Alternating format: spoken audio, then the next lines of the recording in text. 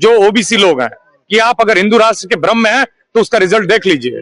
आप अभी तक जब तक कांवड़ ढो रहे थे, जब तक रामनवमी के जुलूस में तलवार लहरा रहे थे, जब तक मुसलमानों से लड़ रहे थे, तब तक आप अच्छे थे। ये तो बहुजनों की कब्र पर बना हुआ भारत है, आज की परंपरा नहीं है। संभुक जब तप कर रहा था, अध्यात्म की खोज कर रहा था, उसका गला काटा इनके तथा कथित मर्यादा पुरुषोत्तम राम ने। क्योंकि आपके विश्वविद्यालयों में कितने भाई साहब, एक दलित है, एक आदिवासी है, 5 ओबीसी है। कि आप 2012 का ये कानून है, उसमें बस एक एडिशन था और इसमें हर वर्ग के छात्रों को न्याय था। एडिशन ये था कि जो ओबीसी के स्टूडेंट हैं, जिनकी आबादी देश में 60% है, उनको जाति के आधार पे उत्पीड़न के मामले में शामिल कर लिया गया है। तो इसका विरोध सवर्ण जाति के लोग क्यों कर रहे हैं, ये बेसिक सवाल है। इस बिल से किसी को कोई दिक्कत नहीं है। और सबसे बड़ी बात यह है कि आप इस बात को समझिए कि ये जो बिल है, इसमें चाहे वो सवर्ण छात्र हो, चाहे दिव्यांग हो, चाहे महिलाएं हो, किसी भी धर्म संप्रदाय जाति की, वो भी शामिल हैं, ईडब्ल्यूएस के छात्र शामिल हैं। तो बचता क्या है इस देश में? रहस्य है कि जो सवर्ण आबादी है वो 15% है या 10% है। आप अगर देखें इस देश में तो 10% आबादी को करीब करीब 10% ईडब्ल्यूएस का रिजर्वेशन है। ऐसी सिक्योरिटी तो पूरी दुनिया में किसी ओबीसी का जिक्र किया, ओबीसी से इतनी दिक्कत क्यों है प्रकाश को? यही वो सवाल है जो जय भीम, जय भीम। ओबीसी हिंदुओं को, जो हिंदू बन रहे थे, बहुजन हिंदुओं का सवर्ण हिंदुओं ने विरोध किया है। और ये जो तथाकथित विद इन कोर्ट्स हिंदू एकता थी, वो चारों खानिचित हो गई है। अब ये तो सोचना है जो ओबीसी के हिंदू हैं, जो हिंदू बन के घूम रहे थे कांवड़ यात्रा में, धर्म के तमाम मतलब अखाड़ों में, रामनवमी में जो जुलूस निकालते थे, अब उनको सोचना है कि जब उनके रोजगार का मसला आता है, अधिकार का मसला आता है, सम्मान का मसला आता है, जब उनको विश्वविद्यालयों के स्पेस में जगह मिलने की बात आती है, तो उनको क्यों विरोध किया जाता है और उनका दुश्मन कौन है, उनका विरोध करने वाला? क्या सर वाकई में इन नियमों से क्या विश्वविद्यालयों में, कैंपसों में क्या जातिवाद भेदभाव बढ़ेगा? इससे जातिवाद बढ़ना नहीं था, कम होना था। बेसिकली प्रकाश का कहना तो यही है सर। देखिए, बिल्कुल, बहुत अच्छा सवाल है आपका। अपर कास्ट ये कह रहा था कि कहीं इसका दुरुपयोग ना हो जाए। बेसिकली उनके मन में ये डर था कि गलती से इस कानून का सदुपयोग ना हो जाए, ओबीसी वंचित जो है वो इम्पावर्ड ना हो जाए। तो ये इम्पावर्ड नहीं होने देना चाहते हैं, ध्यान रखिएगा।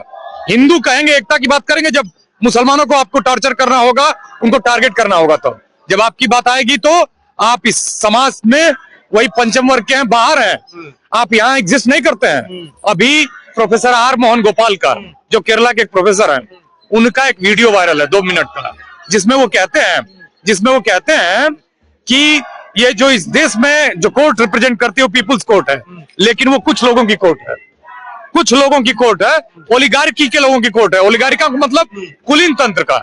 और जो भारत का कॉन्स्टिट्यूशन था, जिसे बाबा साहब ने दिया था, वो उस ओलिगार्की के खिलाफ पहला रिवोल्ट था, विद्रोह था। चित्रा त्रिपाठी तमाम जो ब्राह्मण पत्रकार हैं, उनको रात को नींद नहीं आई है, कह रहे हैं वो कैंपस में बच्चे पढ़ने जाते हैं, वहाँ कोई भेदभाव थोड़ा ही होता है। उनको तो सदियों से नींद नहीं आई है, उनको नींद आती भी नहीं है।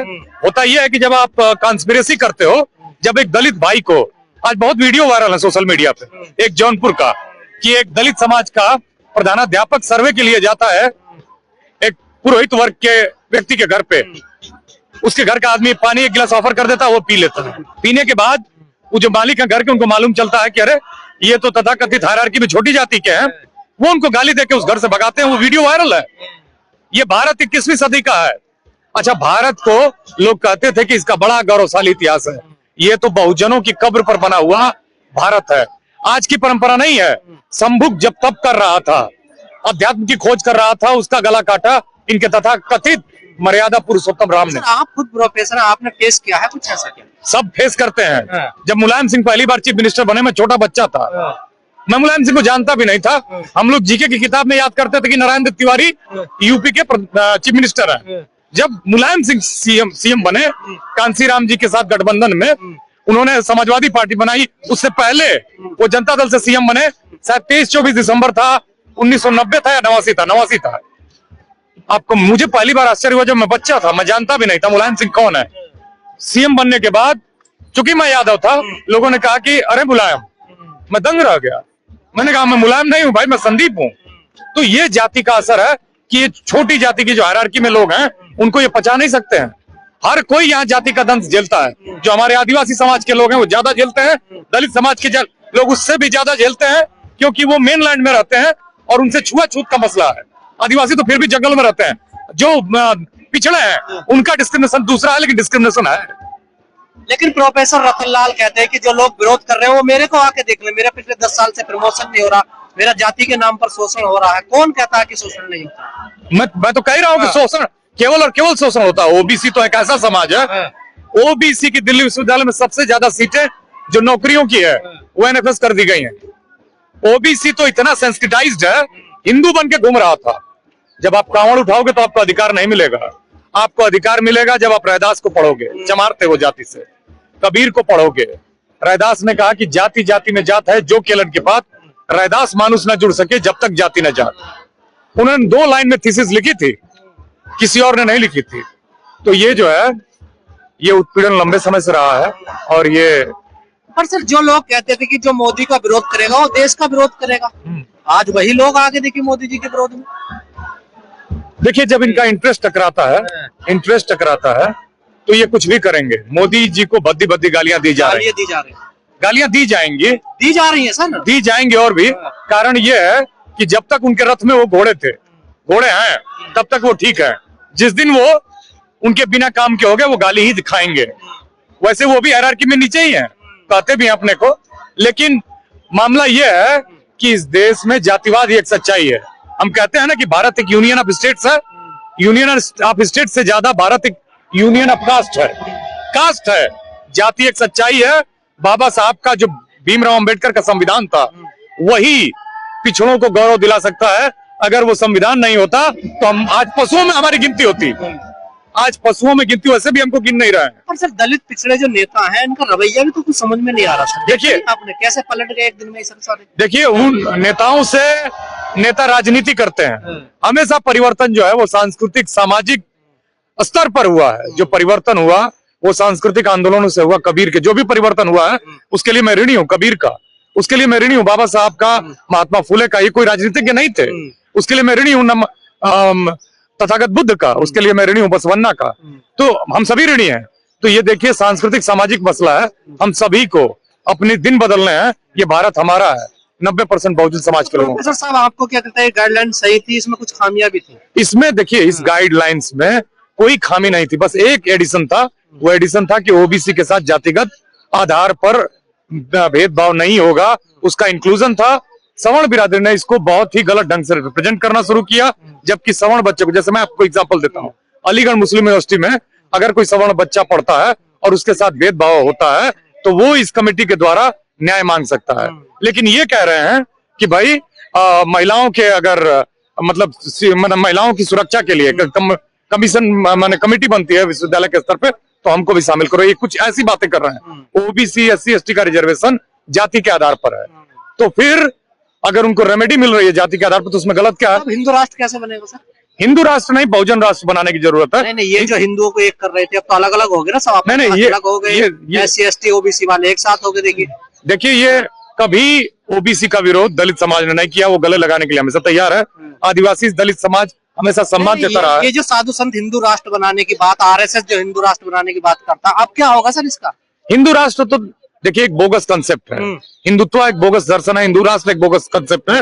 भारत तभी महान बनेगा जब हर आदमी को न्याय सुनिश्चित होगा, हर आदमी को सम्मान सुनिश्चित होगा, डिग्निटी ऑफ लेबर सुनिश्चित होगी। अभी देखिए एक जजमेंट आया है, कहा कि ट्रेड यूनियन जिम्मेदार है भारत में कॉमर्स की दुर्दशा के लिए, इंडस्ट्री की दुर्दशा के लिए। अजीबो गरीब चीजें हैं।